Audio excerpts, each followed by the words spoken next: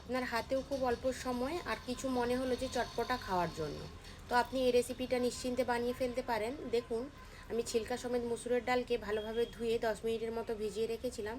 এরপর আমি একটা কুকারের মধ্যে সামান্য পরিমাণ নুন দিয়ে ওটাকে সেদ্ধ করে নিলাম, 1 থেকে 2টো সিটি দিয়ে। এরপর কড়াইতে দিয়ে দিলাম পরিমাণ মতো তেল। তেলে ওর মধ্যে দিয়ে দেবো জিরে, আর দিয়ে দেবো কারি পাতা, আর দেবো একটা কাঁচা লঙ্কা, আর সামান্য পরিমাণ হিং দিয়ে দিয়ে দেবো সামান্য পরিমাণ পেঁয়াজ। 1 থেকে 1.5টার পরিমাণ পেঁয়াজ দিলাম। পেঁয়াজটা ভালোভাবে গোল্ডেন ব্রাউন করে ভেজে নেবেন।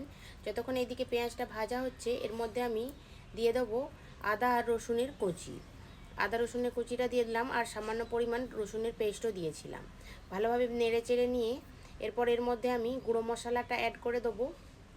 এটা খেতেও হয় দুর্দান্ত টেস্টি, আর এটা আপনি ভাত, রুটি, পরোটা সবার সাথে খেতে পারবেন। দেখুন, এরপর আমি দিয়ে দিলাম ধনে গুঁড়ো, জিরে গুঁড়ো, লঙ্কার গুঁড়ো, হলুদ গুঁড়ো, আর লাল লঙ্কার গুঁড়ো দিয়ে এটাকে আমি ভালোভাবে সামান্য পরিমাণ জল দিয়ে কষিয়ে নেব। দেখুন, এভাবে আমি অল্প পরিমাণে একটু জল দিয়ে দিলাম, ভালোভাবে কষিয়ে নেব। কষিয়ে নেওয়া হয়ে গেলে এটাকে ভালোভাবে কষতে কষতে দেখুন ততক্ষণ কষবো যতক্ষণ না এর মধ্যে থেকে ভালোভাবে তেলটা বেরিয়ে যাচ্ছে। এরপর আমি এর মধ্যে অ্যাড করে দিলাম সামান্য পরিমাণ নুন। নুনটা দেওয়ার পর কিছুক্ষণ পর দিলাম টমেটো কুচি। টমেটো কুচিগুলো ততক্ষণ পর্যন্ত নাড়তে থাকবো যতক্ষণ না টমেটোটা গলে যাচ্ছে। দেখুন, এইভাবে নেড়ে নিলাম। দেখুন, আরও একবার কিছুক্ষণ চাপা দিয়ে ভালোভাবে মশলাটাকে কষিয়ে নেব।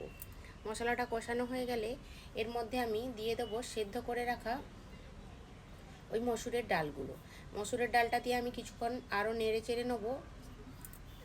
দেখুন, কিছুক্ষণ নেড়ে চেড়ে নেওয়ার পর দেখুন এইভাবে নেড়ে চেড়ে নিচ্ছি। এরপর কিছুক্ষণ নেড়ে চেড়ে নেওয়ার পর এর মধ্যে আমি দিয়ে দেবো জল। জল দিয়ে 5 থেকে 7 মিনিটের মতো ফুটিয়ে নিলেই রেডি হয়ে যাবে আমাদের মসুর ডালের এই সুন্দর রেসিপিটা। দেখুন, কিছুক্ষণ ফুটতে দিলাম। কিছুক্ষণ ফুটে যাওয়ার পর এর মধ্যে স্বাদ মতো লবণ অ্যাড করে দিলাম, আর দিয়ে দিলাম ওপর থেকে ধনেপাতা কুচি আর সামান্য পরিমাণ গরম মশলা। দেখুন, এইভাবে আপনারাও বানিয়ে দেখবেন। যদি ভিডিওটি ভালো লাগে লাইক, কমেন্ট, শেয়ার করে দেবেন, আর খেয়ে দেখবেন, একদম দুর্দান্ত টেস্ট। বাই বাই, সবাই ভালো থাকবেন, সুস্থ।